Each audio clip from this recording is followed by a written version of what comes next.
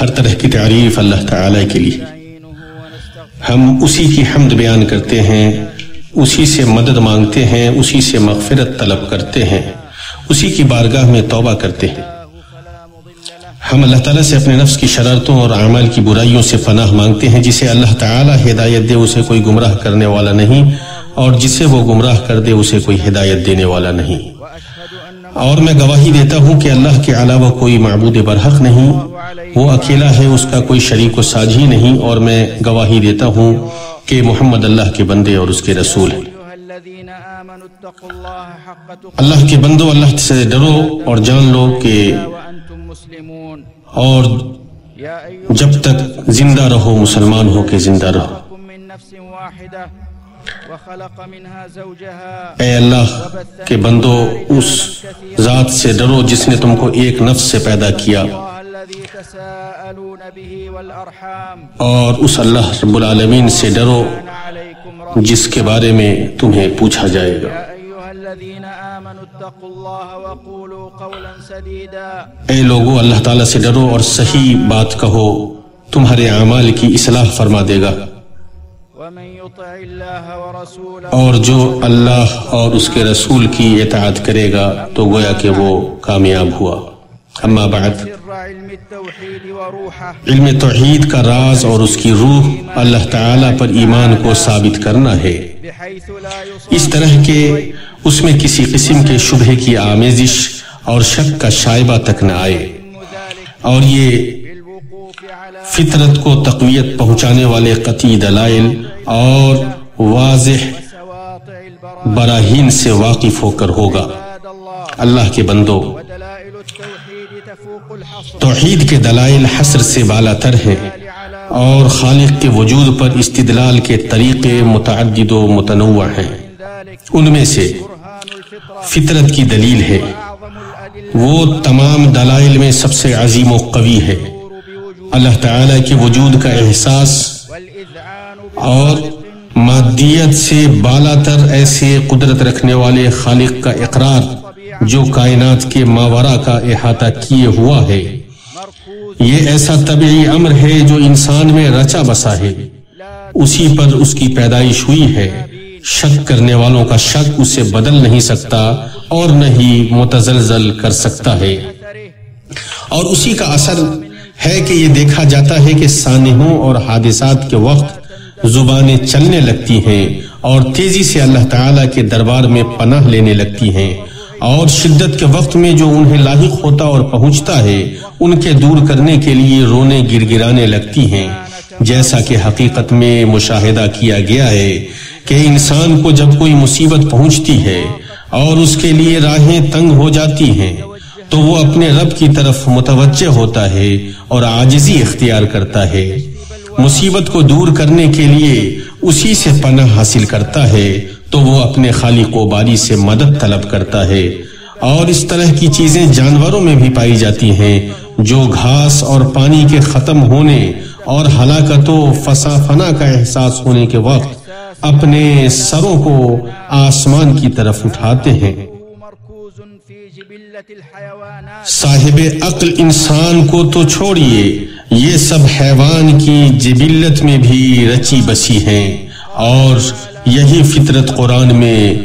مذکور ہے، ارشاد ربانی ہے. اور جب تم کو دریا میں تکلیف پہنچتی ہے تو تم جن کو پکارتے ہو سب اس کے سوا گم ہو جاتے ہیں، پھر جب وہ تم کو بچا کر خشکی پر لے جاتا ہے تو تم منہ پھیر لیتے ہو اور انسان ہے ہی ناشکرا. کہو بھلا تم کو جنگلوں اور دریاؤں کے اندھیروں سے کون نجات دیتا ہے جبکہ تم اسے عاجزی اور نیاز پنہانی سے پکارتے ہو اور کہتے ہو اگر اللہ ہم کو اس تنگی سے نجات بخشے تو ہم اس کے بہت شکر گزار ہوں گے. کہو کہ اللہ ہی تم کو اس تنگی سے اور ہر سختی سے نجات بخشتا ہے، پھر تم اس کے ساتھ شرک کرتے ہو. بھائیو، اللہ کی توحید پر دلائل میں سے یہ بھی ہے کہ پوری دنیا اللہ تبارک و تعالی کی کاریگری ہے، اور جو اس دنیا کی طرف دیکھے اور اس کے مضبوط نظام و ترتیب کا مشاہدہ کرے تو اسے پتہ چل جائے گا کہ اس کا کوئی پیدا کرنے والا قادر، حکیم اور حی و قیوم ہے جو رب جلیل ہے. جس نے ہر چیز کو بہت اچھی طرح بنایا. یہ ہے صنعت اللہ کی، جس نے ہر چیز کو مضبوط بنایا ہے. جو کچھ تم کرتے ہو اس سے وہ باخبر ہے. اللہ جل وعلا ایسا خالق ہے جس نے ہر چیز کو عدم سے وجود بخشا. وہی مخلوق کا پیدا کرنے والا ہے، بغیر مثال کے اور بغیر سابق کی اقتدا کیے ہوئے وہ چیزوں کو پیدا کرتا ہے. اللہ تعالیٰ نے فرمایا اللہ تعالیٰ ہر چیز کا پیدا کرنے والا ہے. مسلمانوں، اگر یہ ممکن ہوتا کہ اس طرح کی انوکھی کائنات بغیر صانع اور موجد کے بن جاتی تو یہ بھی ممکن ہو جاتا کہ آباد مکانات، لکھی ہوئی کتابیں، بنے ہوئے کپڑے، تیار کیے ہوئے زیور تعمیر کرنے، لکھنے، بننے اور بنانے والے کے بغیر تیار کیے گئے ہوتے. کیا ایسا ممکن ہے؟ بدیہی عقل کی بنیاد پر یہ محال ہے. تو کس چیز نے احسن الخالقین کو اس بات کے لیے مخصوص کیا کہ اس کا انکار کیا جائے، اور یہ کہ اس پر حیرت انگیز کاریگری اور انوکھی خلقت کا اثر دلالت نہیں کر رہا ہے. وہ پاک ہے، وہ ذات پاک ہے، اور جو کچھ یہ بکواس کرتے ہیں اس سے اس کا رتبہ بہت عالی ہے. جب عقل مند شخص بنانے والے کے بغیر کسی چیز کی ایجاد کو قبول نہیں کرتا ہے تو اس پر واجب ہے کہ وہ کائنات کے پیدا کرنے والے کی حیثیت سے اللہ عز و جل کے وجود پر ایمان لائے. اللہ تعالیٰ نے فرمایا بھلا کس نے آسمانوں اور زمین کو پیدا کیا اور تمہارے لیے آسمان سے پانی برسایا، ہم ہی نے اس سے سرسبز باغ اگائے. تمہارا کام تو نہ تھا کہ تم ان کے درختوں کو اگاتے، تو کیا اللہ کے ساتھ کوئی اور بھی معبود ہے؟ ہرگز نہیں، بلکہ یہ لوگ رستے سے الگ ہو رہے ہیں. بھلا کس نے زمین کو قرارگاہ بنایا اور اس کے بیچ نہریں بنائیں اور اس کے لیے پہاڑ بنائے اور 2 دریاؤں کے بیچ اوٹ بنائی، تو کیا اللہ کے ساتھ کوئی اور معبود بھی ہے؟ ہرگز نہیں، بلکہ ان میں اکثر دانش نہیں رکھتے. بھلا کون بے قرار کی التجا قبول کرتا ہے جب وہ اس سے دعا کرتا ہے، اور کون اس کی تکلیف کو دور کرتا ہے، اور کون تم کو زمین میں جانشی بناتا ہے؟ تو کیا اللہ کے ساتھ کوئی اور معبود بھی ہے؟ ہرگز نہیں، مگر تم بہت کم غور کرتے ہو. بھلا کون تم کو جنگل اور دریا کے اندھیروں میں راستہ بناتا ہے، اور کون ہواؤں کو اپنی رحمت کے آگے خوشخبری بنا کر بھیجتا ہے؟ تو کیا اللہ کے ساتھ کوئی اور معبود بھی ہے؟ ہرگز نہیں. یہ لوگ جو شرک کرتے ہیں اللہ اس سے بلند ہے. بھلا کون خلقت کو پہلی بار پیدا کرتا ہے پھر اس کو بار بار پیدا کرتا رہتا ہے، اور کون تم کو آسمان اور زمین سے رزق دیتا ہے؟ تو کیا اللہ کے ساتھ کوئی اور معبود بھی ہے؟ ہرگز نہیں. اللہ جل وعلا کی توحید کے دلائل میں سے وہ ہے جس کے بارے میں قرآن مجید نے بتایا ہے کہ انسان کی وجہ سے اور انسان کی خدمت کے لیے تمام موجودات پیدا کیے گئے، تو انسان ان کے ذریعے ایسی چیزوں سے واقف ہوتا ہے جو توحید کی طرف متوجہ ہونے پر دلالت کرتی ہیں. اللہ نے فرمایا اور جو کچھ آسمانوں میں ہے اور جو کچھ زمین میں ہے سب کو اپنے حکم سے تمہارے کام میں لگا دیا. جو لوگ غور کرتے ہیں ان کے لیے اس میں نشانیاں ہیں. نیز ارشاد ربانی ہے وہی تو ہے جس نے سب چیزیں جو زمین میں ہیں تمہارے لیے پیدا کی، پھر آسمان کی طرف متوجہ ہوا تو ان کو ٹھیک 7 آسمان بنا دیا، اور وہ ہر چیز سے خبردار ہے. کیا ہم نے زمین کو بچھونا نہیں بنایا اور پہاڑوں کو اس کی میخیں نہیں ٹھہرایا، اور تم کو جوڑا جوڑا بھی پیدا کیا، اور نیند کو تمہارے لیے آرام بنایا، اور رات کو پردہ مقرر کیا، اور دن کو معاش کا وقت قرار دیا، اور تمہارے اوپر 7 مضبوط آسمان بنائے، اور آفتاب کا روشن چراغ بنایا، اور نچڑتے بادلوں سے موسلادھار میہ برسایا تاکہ اس سے اناج اور سبزہ پیدا کریں اور گھنے گھنے باغ. اس کے علاوہ بھی بہت سی آیات ہیں، اور جو چیز اس دلیل کی تائید کرتی ہے وہ یہ ہے کہ یہ موجودات جنہیں اللہ تعالیٰ نے ہمارے لیے مسخر فرمایا ہے اور جنہیں انسان کے وجود کے موافق بنایا ہے، یہ اللہ عز و جل کی کاریگری ہے، ارشاد ربانی ہے. یہ لوگ اونٹوں کی طرف نہیں دیکھتے کہ کیسے پیدا کیے گئے ہیں، اور آسمان کی طرف کہ کیسا بلند کیا گیا ہے، اور پہاڑوں کی طرف کہ کس طرح کھڑے کیے گئے ہیں، اور زمین کی طرف کہ کس طرح بچھائی گئی. یا انہوں نے آسمان اور زمین کی بادشاہت میں جو چیزیں اللہ نے پیدا کی ہیں ان پر نظر نہیں کی اور اس بات پر کہ عجب نہیں ان کی موت کا وقت نزدیک پہنچ گیا ہو تو اس کے بعد وہ اور کس بات پر ایمان لائیں گے؟ توحید کے دلائل میں سے تقدیر ہے، اللہ تعالیٰ کا ارشاد ہے، اور ہر چیز کو اس نے پیدا کر کے ایک مناسب اندازہ ٹھہرا دیا ہے۔ تو اللہ سبحانہ تعالیٰ نے ہر چیز کو بہت زیادہ باریک اندازہ، میزان اور ترتیب و حساب سے پیدا فرمایا اور انہیں بغیر نقص و خلل کے ان کے لیے مناسب خلقت کے ساتھ تیار کیا جیسا کہ اس کی حکمت تقاضا کرتی ہے۔ تو یہ ساتوں آسمان جنہیں اللہ تعالیٰ نے بہترین تخلیق کے ساتھ پیدا کیا ہے، خالق تعالیٰ کی قدرت پر ظاہر و باہر طریقے سے دلالت کرتی ہیں، ارشاد ربانی ہے۔ قسم ہے راہوں والے آسمان کی، یعنی اچھی اور درست پیدائش۔ نیز ارشاد ربانی ہے، اللہ وہ ہے جس نے آسمانوں کو بغیر ستونوں کے بلند کر رکھا ہے، یعنی اپنی قدرت سے بغیر کھمبے کے ساتوں آسمانوں کو بلند فرمایا۔ نیز فرمایا یقینی بات ہے کہ اللہ تعالی آسمانوں اور زمین کو تھامے ہوئے ہے کہ وہ ٹل نہ جائیں، اور اگر وہ ٹل جائیں تو پھر اللہ کے سوا اور کوئی ان کو تھام بھی نہیں سکتا۔ اور خالق کی توحید کے دلائل میں سے وہ ہے جس نے انسان میں ایسے خیرہ کن عجائب بنا دیے ہیں جو انوکھی حکمت پر دلالت کرتے ہیں۔ ان کی مختلف شکلیں ہیں، ان میں سے یہ ہے کہ زبانوں میں سے کوئی زبان ایسی نہیں پائی جاتی ہے جو اللہ تعالیٰ کے نام سے خالی ہو۔ زبان انسان کے افکار اور اس کے احساس کی تعبیر کرتی ہے، تو وہ اس بات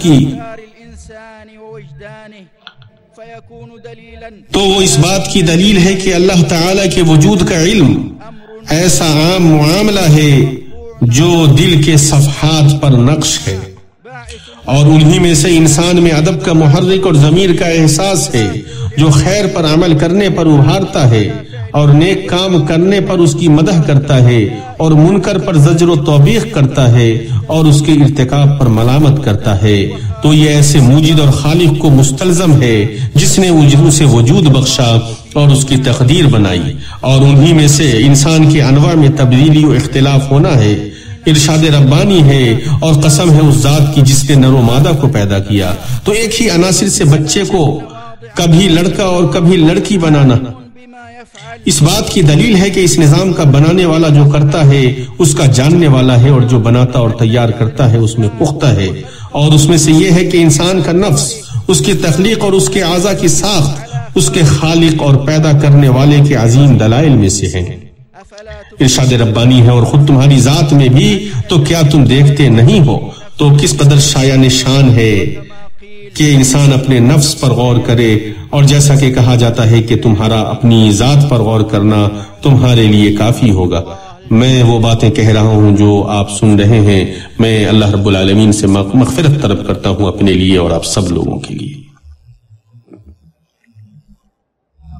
ہر طرح کی تعریف اللہ تعالیٰ کے لیے ہے جس نے ہر چیز کو پیدا کیا اور انہیں اچھے اندازے سے پیدا فرمایا، اور معاملات حکمت و تدبیر کے اعتبار سے اسی طرح جاری ہیں جیسا وہ چاہتا ہے۔ اور میں گواہی دیتا ہوں کہ اللہ کے علاوہ کوئی معبود نہیں، اسی کے لیے آسمان و زمین کی بادشاہت ہے اور اسی کی طرف تمام معاملات لوٹائے جاتے ہیں۔ ہم اس کے علاوہ کوئی کارساز و مددگار ہرگز نہیں پا سکتے، اور میں گواہی دیتا ہوں کہ ہمارے نبی محمد اس کے بندہ و رسول ہیں، انہیں قیامت سے قبل بشیر و نذیر، داعی اور روشن چراغ بنا کر بھیجا گیا۔ اللہ رب العالمین کا درود و سلام نازل ہو ان پر، ان کے آل و اولاد اور صحابہ کرام پر۔ اما بعد، اللہ تعالیٰ کا علم سب سے عظیم چیز ہے جو اللہ عز و جل کی خوشنودی عطا کرتا ہے، بلکہ وہ ایسی سب سے عظیم چیز ہے جو ایمان کو ثابت کرتی ہے، اس میں اضافہ کرتی ہے، اسے تقویت عطا کرتی ہے۔ جب وہ علم دل میں صحیح طور پر مستقر ہو جائے تو وہ اللہ تعالیٰ کی عبادت و طاعت اور خشیت و خوف میں ایک جاننے اور صرف اسی پر امید و توکل کرنے پر منتج ہوتا ہے۔ بھائیو، اللہ تعالیٰ نے اس کائنات میں ایسی واضح نشانیاں بنائی ہیں جو اس کی وحدانیت و قدرت پر دلالت کرتی ہیں، تو یہ کس قدر خوبصورت ہے کہ انسان ان مشاہد و مناظر پر غور و فکر کرے۔ زمین کے باغ میں غور کرو اور دیکھو ان آثار کو جو بادشاہ نے تیار کیے ہیں۔ چاندی کے دیکھے جانے والے چشمے ہیں اور زبرجد کی ٹہنیوں پر جیسے پگھلائے ہوئے سونے کے پھول ہیں جو اس بات کی گواہی دے رہے ہیں کہ اللہ کا کوئی شریک نہیں۔ اور ایک دیہاتی سے دلیل کے بارے میں پوچھا گیا تو اس نے کہا مینگنی اونٹ پر دلالت کرتی ہے، قدم کے آثار چلنے والے پر دلالت کرتے ہیں، تو ستاروں والے آسمان، وسیع راہوں والی زمین اور موجوں والے سمندر کیا علیم و خبیر پر دلالت نہیں کرتے ہیں؟ بھائیو، اللہ کی معرفت کی دو قسمیں ہیں۔ پہلی قسم معرفت و اقرار ہے اور اس میں ہر طرح کے لوگ شریک ہیں، مومن و کافر اور نیک و برے۔ اللہ تعالیٰ کا ارشاد ہے، اور جب آپ کے رب نے اولاد آدم کی پشت سے ان کی اولاد کو نکالا اور ان سے انہی کے متعلق اقرار لیا کہ کیا میں تمہارا رب نہیں ہوں، سب نے جواب دیا کیوں نہیں، ہم سب گواہ بنتے ہیں، تاکہ تم لوگ قیامت کے روز یوں نہ کہو کہ ہم تو اس سے محض بے خبر تھے۔ نیز ارشاد ربانی ہے، اگر آپ ان سے دریافت کریں کہ انہیں کس نے پیدا کیا تو یقیناً یہ جواب دیں گے کہ اللہ نے، پھر یہ کہاں الٹے جاتا۔ دوسری قسم ایسی معرفت جو اس سے حیا اور اس کی محبت کو واجب کر دے، دل اس سے جڑ جائے، اس کی لقا کا شوق، اس کی خشیت، اس کی طرف توجہ اور اس سے انس پیدا کرے اور مخلوق سے فرار اختیار کر کے اللہ کی پناہ میں جائے، اس سے قریب ہو، اور یہ وہ خاص معرفت ہے۔ اس سلسلے میں مخلوق کا توافت اس قدر ہے کہ جس کا احساس صرف وہ ذات کر سکتی ہے جس نے انہیں اپنے نفس سے متعارف کرایا۔ اور رب کے متعلق مخلوق کے سب سے زیادہ جاننے والے نے کہا میں تیری ثنا کا احسان نہیں کر سکتا، تو ویسا ہی ہے جیسا کہ تو نے اپنے نفس کے متعلق اپنی تعریف کی۔ اور آپ صلی اللہ علیہ وسلم نے بتایا کہ قیامت کے دن اللہ تعالی آپ پر اپنی ایسی محامد کھولے گا جو ابھی آپ صلی اللہ علیہ وسلم اچھی طرح ادا نہیں کر سکتے۔ اللہ کے بندو، اور اس معرفت کے دو وسیع باب ہیں۔ پہلا باب قرآن مجید کی تمام آیتوں میں تفکر و تأمل کرنے اور اللہ اور رسول اللہ کے بارے میں خصوصی فہم کا باب، اور دوسرا باب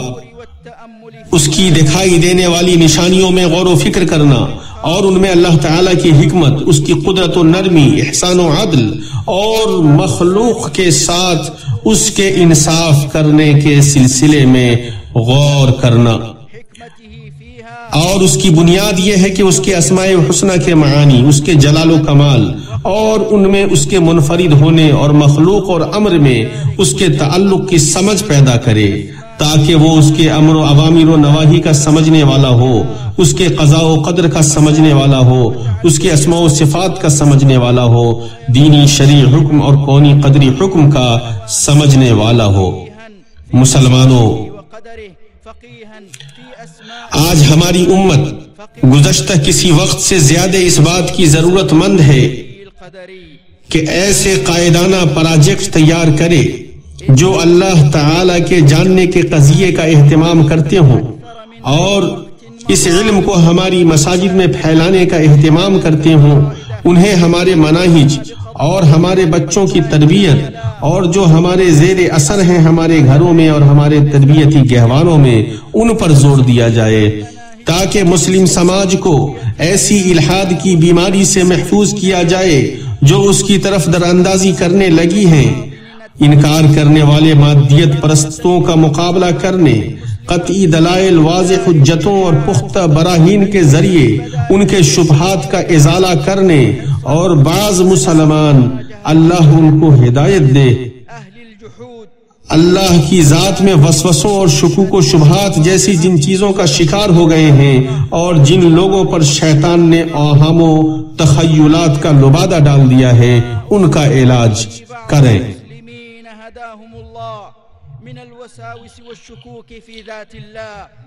یہ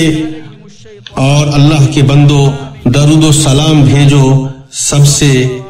بہترین انسان محمد الرسول اللہ صلی اللہ علیہ وسلم پر۔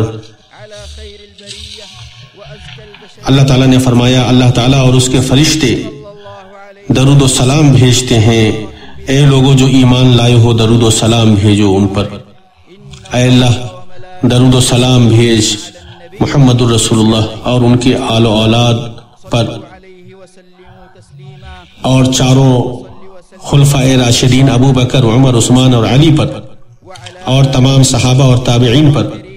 اور جنہوں نے حق کے ساتھ قیامت کے دن تک ان کی اتباع کی،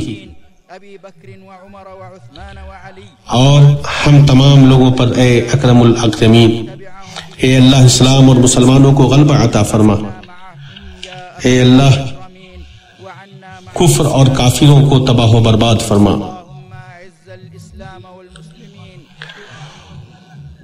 اے اللہ سرکشوں ملحدین کو ہدایت دے، اے اللہ تو اپنے دین کی مدد فرما، اے اللہ اپنے راستے میں لڑنے والے مجاہدین کی حفاظت فرما، اے اللہ سرحدوں کی حفاظت فرما، اے اللہ فوجیوں کے پاؤں کو جما دے، ان کے کلمے کو حق پر متحد فرما دے، اے اللہ مسلمانوں کی مصیبتوں کو دور فرما دے، اے اللہ سختی اور تنگی کو ان سے دور کر دے، اے اللہ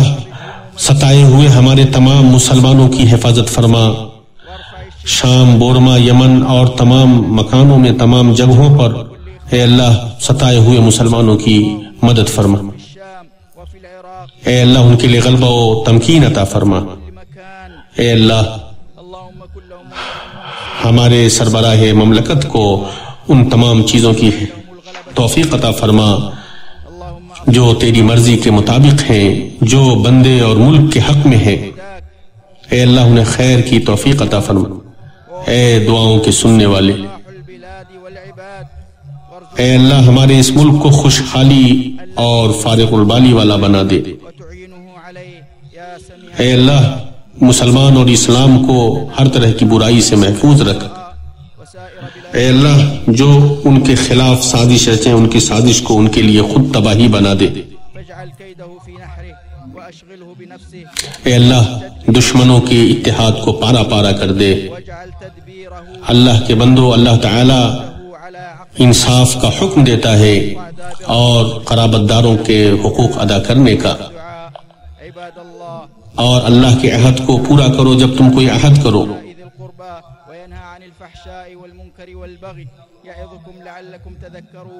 اللہ رب العالمین زیادہ جاننے والا ہے ان تمام چیزوں کو جو تم کرتے ہو۔ إن الله وملائكته يصلون على النبي يا أيها الذين آمنوا صلوا عليه وسلموا تسليما اللهم صل وسلم وبارك على عبدك ورسولك محمد وعلى آله الطيبين الطاهرين وارض اللهم عن الخلفاء الأربعة الراشدين أبي بكر وعمر وعثمان وعلي وعن سائر الصحابة والتابعين ومن تبعهم بإحسان إلى يوم الدين وعنا معهم يا أكرم الأكرمين وعنا معهم يا أكرم الأكرمين اللهم أعز الإسلام والمسلمين واحم حوزة الدين وأذل الكفر والكافرين ودمر أعداء الدين اللهم انصر من نصر الدين واخذل الطغاة والملاحدة وكل أعداء الدين اللهم انصر دينك وكتابك وسنة نبيك وعبادك الصالحين اللهم انصر المجاهدين في سبيلك والمرابطين على الثغور وحماة الحدود والمنافذ اللهم قو عزائمهم وثبت أقدامهم واربط على قلوبهم ووحد صفوفهم واجمع كلمتهم على الحق يا رب العالمين اللهم فرج هموم المسلمين ونفس كروب المستضعفين وارفع الشدة والبأس عنهم يا رب العالمين اللهم كن لإخواننا المستضعفين اللهم كن لهم في الشام وفي العراق وفي بورما وفي اليمن وفي كل مكان اللهم كن لهم معينا ونصيرا ومؤيدا وظهيرا اللهم اجعل لهم الغلبة والتمكين اللهم أصلح الراعي والرعية ووفق ولي أمرنا لهداك واجعل عمله في رضاك ووفقه لما فيه صلاح البلاد والعباد وارزقه البطانة الصالحة التي تدله على الخير وتعينه عليه يا سميع الدعاء اللهم اجعل بلدنا هذا رخاء سخاء وسائر بلاد المسلمين اللهم من أراد بلاد المسلمين وأهل الإسلام بسوء فاجعل كيده في نحره وأشغله بنفسه واجعل تدبيره تدميره واجعل تدبيره تدميره،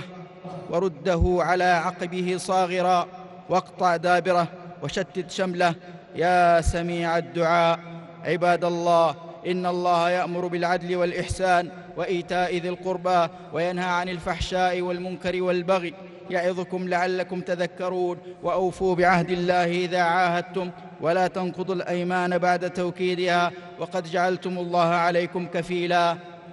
إن الله يعلم ما تفعلون.